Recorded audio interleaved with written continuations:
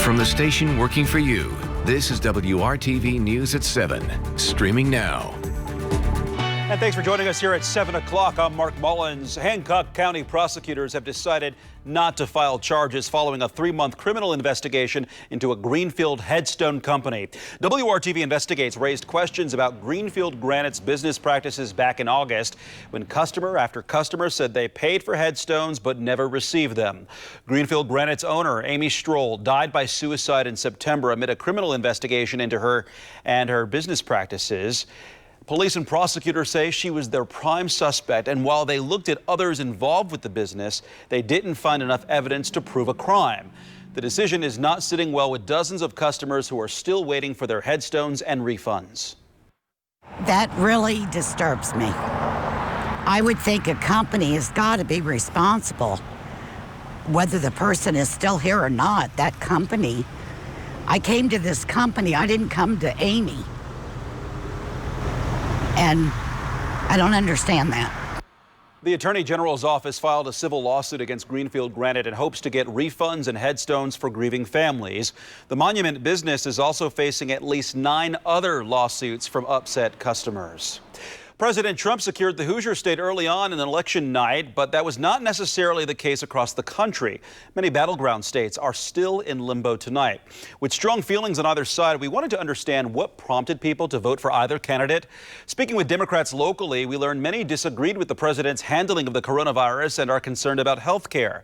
On the other hand, Republicans like Susan Blair feel President Donald Trump has honored his campaign promises, and he's the one who can help the economy rebound from the pandemic. She thinks he had done great things for the economy and unemployment before the pandemic hit. I believe in limited government. I believe in sovereignty. I believe in freedom and liberty. And so I voted for President Trump. So you're happy with the past 4 years with President Trump? Yes. Now, do I agree with everything President Trump has said? No, I don't. But at the same time, I'm more concerned with results than I am with rhetoric. Polls expected a blue wave of people to vote Democratic this election, but Republicans say that's because some didn't feel comfortable sharing that they were voting for Trump. The silent Trump voter is still proving to have a larger impact than expected, but the future of the presidency is still undetermined tonight. This election is driving home the point that every vote matters, but in a reliably red state like Indiana, some voters may not feel that's true. WRTV's Cameron Riddle caught back up with the organizers of Souls to the Polls to see how they plan to keep Hoosiers engaged for the next election, no matter how big or how small. Souls to the Polls went well. We transported a few hundred people. We obviously didn't transport as many as we would have liked, but our goal was to get out the early vote, and we can say we participated in the success of the early vote here in Marion County and the surrounding cities. As ballots continue to be counted in both Indiana and around the country, data shows a nearly 60% turnout rate from voters in Indianapolis. Dr. Clyde Posley, who led the Souls to the Polls effort, says despite those numbers, getting Hoosiers to return to the polls next time won't be any easier. It is difficult to convince millennials, marginalized peoples, that their vote matters. On election night, many Hoosiers were still in line waiting to go inside of their polling location when they got a push alert just 6 minutes after the polls closed, announcing that Donald Trump had already won Indiana, yet they hadn't cast their ballot.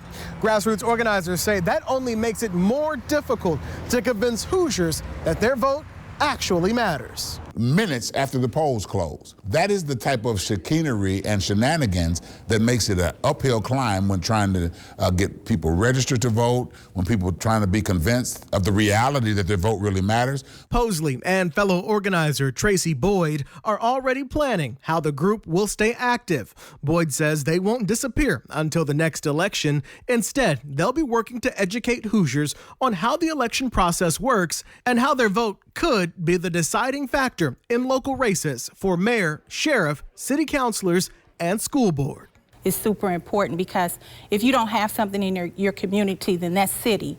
And then if you have something that requires funding, it might be state or it might be federal. And if we tie those pieces together, then people may feel more empowered to be involved. Cameron Riddle, WRTV. Now to our continuing coverage of the coronavirus and its impact on Indiana. We've set a record for new COVID-19 cases for the third consecutive day. 4,714 cases reported today, and 37 more Hoosiers have died, bringing the total number of COVID-related deaths to 4,306. Since March, more than 200,000 Hoosiers have tested positive for the virus. More than 3 million tests have been administered in Indiana. As America remains laser focused on the historical presidential election, COVID-19 continues to spread fast across the country in record-breaking numbers every day. The CDC is out with a dire new forecast predicting the U.S. death toll could rise to more than 250,000 people by the Thanksgiving holiday. ABC's Rena Roy now with the latest. The fall surge health experts have warned of for months appears to be here. The virus has not taken a break. Things have been getting worse. We're really at probably the worst moment in the pandemic so far. America in the middle of a historic presidential election, also in the thick of historically high COVID-19 numbers. Wednesday surpassing 100,000 new cases for the first time.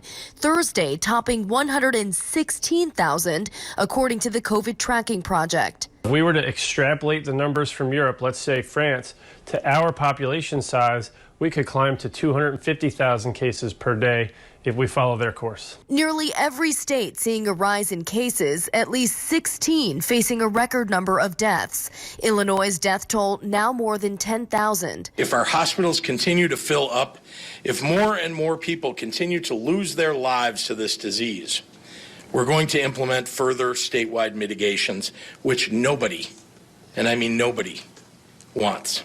Hard-hit El Paso County, Texas, which already has overflow tents and refrigerated morgue trucks, now getting help from 3 U.S. Air Force medical teams who will assist healthcare workers with the surge in patients. North Dakota also battling rapid spread. The state's health director emotional during a press conference. For those of you who do not believe, go and talk to them.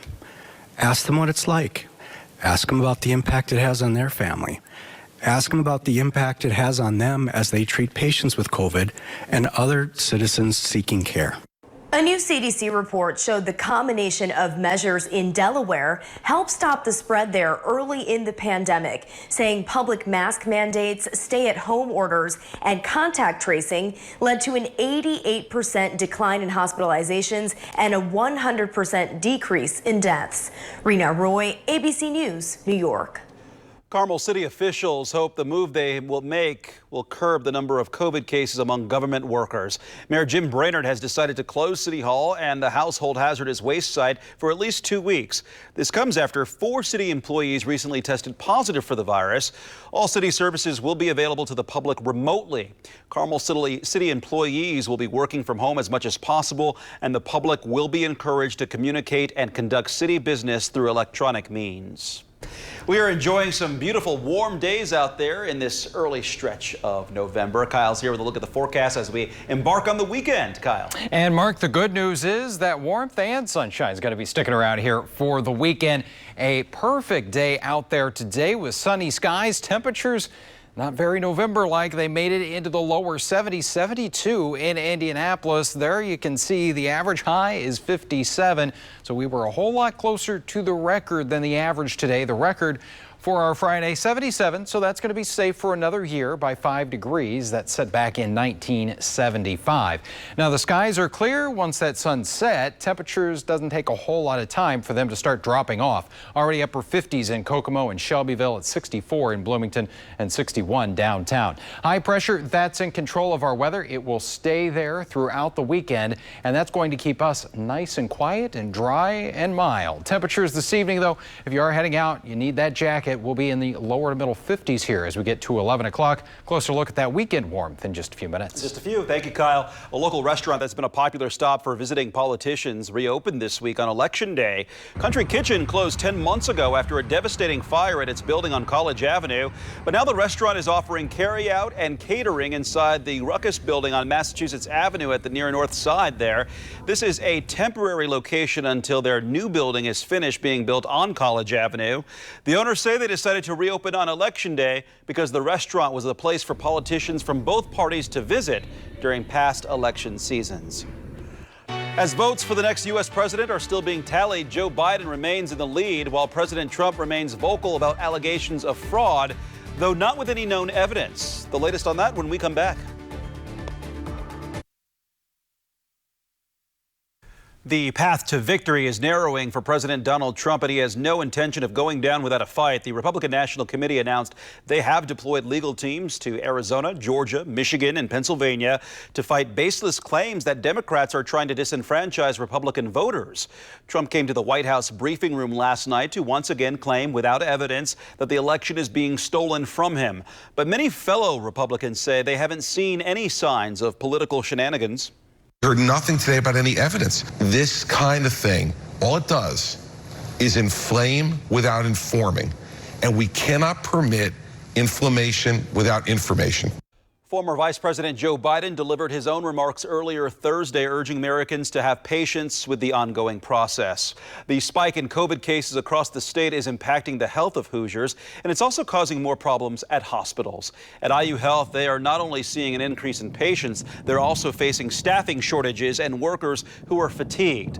Dr. Mark Luchtemeier is the Chief Medical Officer with IU Health Methodist and University Hospitals. He tells us the current state of things is difficult because there seems to be more of a disconnect about the severity of the virus compared to the first wave. And that's what I worry about from a burnout and from a wellness standpoint is, we can keep up a pace for a short period of time, much harder to do that over a long run. And this marathon just hasn't stopped. So if you think about the life of a hospital cycles throughout the year. So sometimes you're busy, sometimes you're not as busy. We know respiratory viral season in the wintertime, we're prepared to be busy, but sometimes during the summer months, you have that option to take some time away, to recoup and refresh. We didn't have that opportunity this year. The doctor says you can help ease the strain on hospitals and help save lives simply by wearing a mask, social distancing, and avoiding social gatherings. So far, just a trace of rain in the gauge here in the month of November, and we still have some pockets of moderate drought out there. I'll let you know when that chance for some needed wet weather comes our way. You're watching WRTV News at 7. The contentious environment around this election is having some ripple effects, one of which is the impact on holiday shopping. Yes, there is a connection. Alicia Nieves looks at what's happening right now. 2020 has been one of the toughest years for retail brick and mortar. First, the pandemic forced closures. Now, as holiday shopping started to ramp up, consumers not knowing how to react have hit the pause button on their spending. The contentious presidential election has become a significant distraction for shoppers. The risk and uncertainty tied to civil unrest and the randomness of it at times is really going to dampen consumers' interest in going into those locations. And that really takes the momentum out of what was a close recovery to traditional shopping patterns. Between the pandemic, the election, it just doesn't feel like it's going to be a jolly old Christmas this year. Mark Cohen, the director of retail studies at Columbia University, says consumers need some tranquility or calmness to spend and some excitement to spend the way they would normally for the holidays. We've got a society of highly anxious, insecure, emotional, battered consumers. Some, though, like John Copeland with Adobe Analytics, caution against full doom and gloom around holiday shopping this year. Typically, the day after an election, consumers slow their shopping a little bit. Adobe Analytics data shows in 2016, consumer spending dropped 14% after the election. In the 2018 midterms, it dropped around 6%. So far, the day after this election, the drop was around 12%.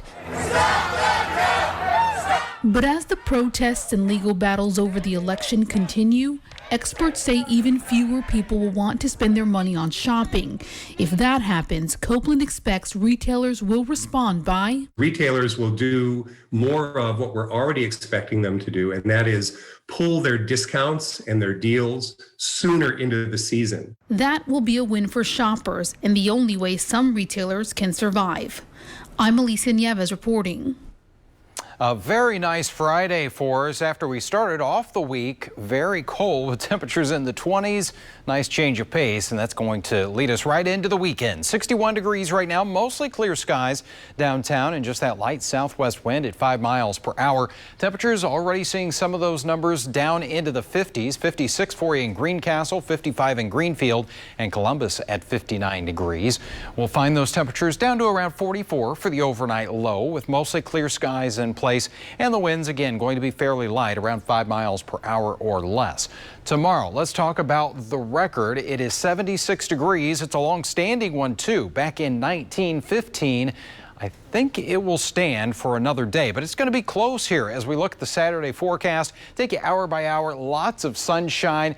You need to make some outdoor plans this weekend because we don't get a whole lot of air like this here in the month of November. Temperatures that will already be around that average high for this time of year as we get to 10 a.m. 66 at noon, and numbers that will continue to climb to around 74 by the time we get into our Saturday afternoon and evening hours. 74 for you in the Columbus area, 74 in Lafayette, and about 75 with sunny skies in Bloomington.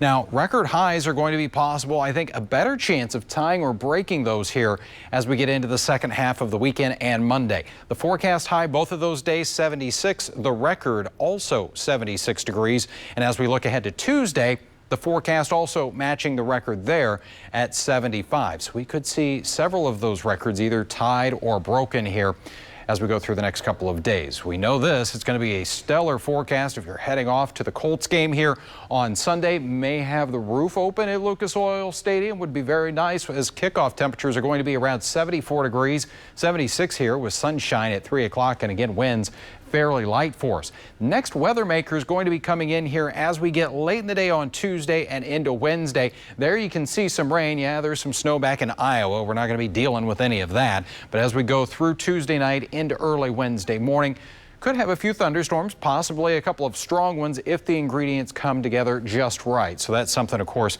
we'll continue to watch for you. But as we go into Wednesday, looks like that system's a pretty quick mover for us, so may not produce a whole lot in the way of rainfall.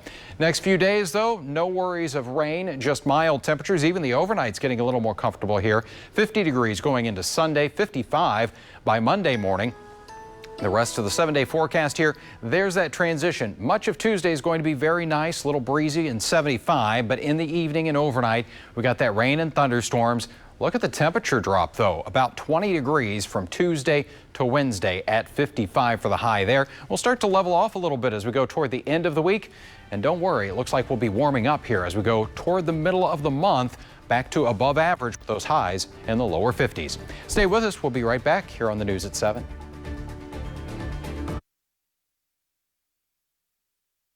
We see a lot of plexiglass windows at stores these days. They're supposed to protect people from spreading COVID, but in this case, the protection went way beyond that. Surveillance video from a convenience store in California shows a man getting aggressive, then reaching into his pants and pulling out a machete.